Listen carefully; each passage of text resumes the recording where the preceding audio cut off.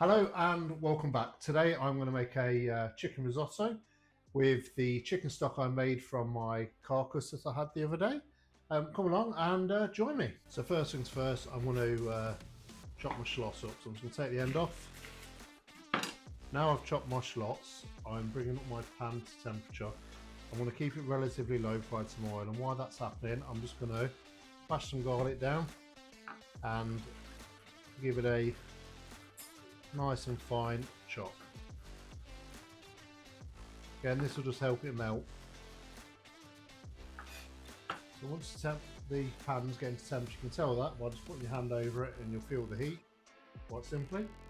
Just going to add a little bit of oil. I don't want to put too much because I don't want it too greasy. So perhaps a teaspoon and a half before I add my shallots and garlic. Now I've added my shallots and garlic, I'm just going to slowly cook these off. So I just want them to soften. I don't want them to brown or take any colour off. I just want them to get a little bit soft. And to help the water come out, I'm just going to add a little bit of salt. Not too much because we'll season a bit later on, but we do want to season as we go along with this dish.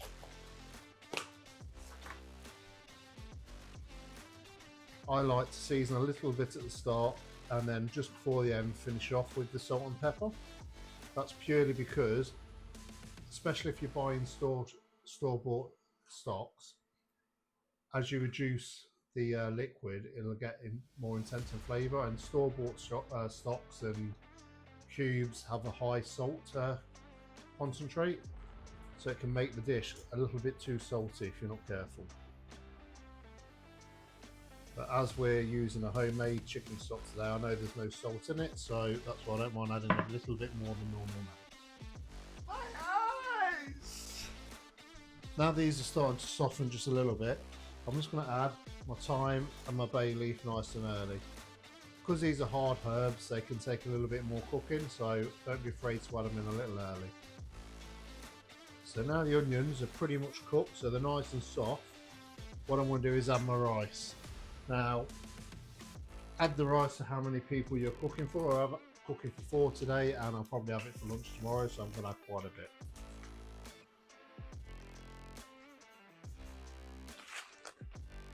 So I've added about 500 grams here, which although is quite a lot, it'll be good dinner tomorrow. So now I'm just going to crack up my temperature to quite high and I'm going to continuously stir this risotto rice. So the reason I'm doing this is I want to make sure that the rice gets a good coating of all the oil that was underneath, and I want to do this until the rice is pretty much translucent. Did I say that right? Now I'll put the rice in, I'm just going to toast it on the high heat until the rice starts to become translucent. It's really important to keep this stirring because you don't want to catch and burn any of the rice, and because you're on quite a high heat there is a risk of that happening. It's just worth being wary of.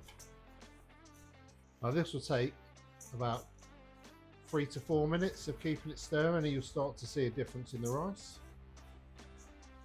and that's when we want to be adding our white wine.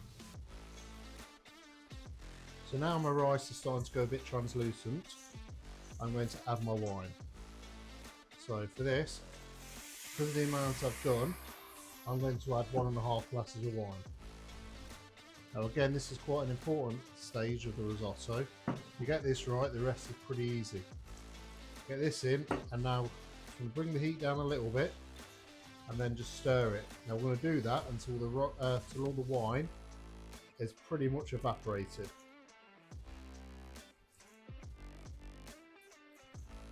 So we're cooking off all the alcohol now. So now, as you can see, all the wine has gone, so I'm just going to add in 1 ladle at a time of stock.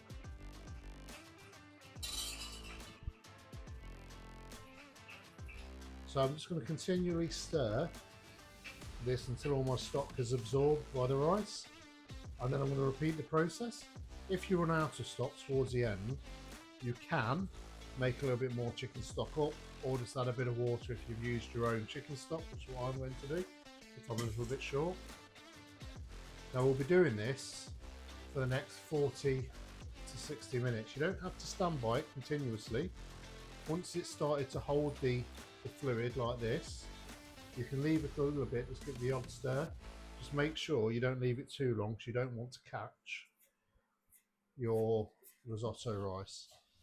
But equally, we don't want to continuously stir it because you don't want to break down the rice too much and it becomes more like a soup. So I'm about halfway through my stock now, so I'm just going to give it a little taste. Now I know this rice is going to still be undercooked, but I want to see where I want to go seasoning wise. It's really chickeny from the stock, which is what I wanted, but just needs a little bit of pepper. I don't need to put too much in now because I'm still reducing the flavours, which will intensify it. So yeah. So I'm going to put my ladle of stock in now, but I just wanted to show you, when you can see the rice has soaked up pretty much all the liquid, you know it's time to put your next ladle in.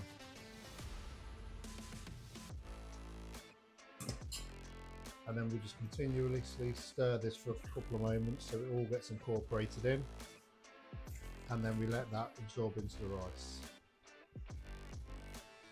So now I'm just going to add some poached chicken breasts that we did. I will save a little bit because the dogs will kill me otherwise. I'm just going to chuck my frozen peas in. Need to give these a good stir. Whilst I'm doing this, I'm just going to remove my bay leaf.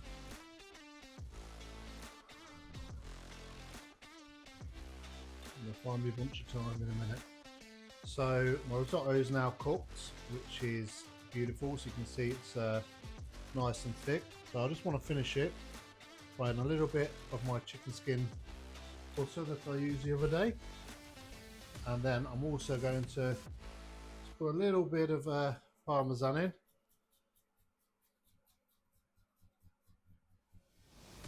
I'm just going to work this through.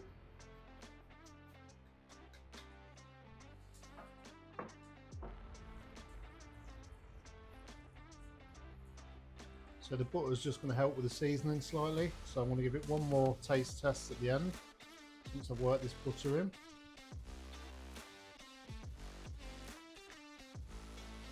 So time to plate.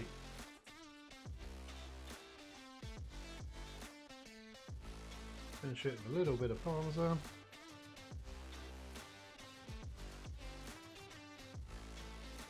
So let's give it a taste.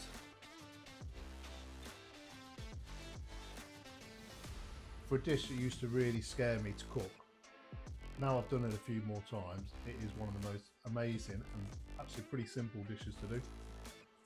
Honestly guys, give it a try and let me know how you get on.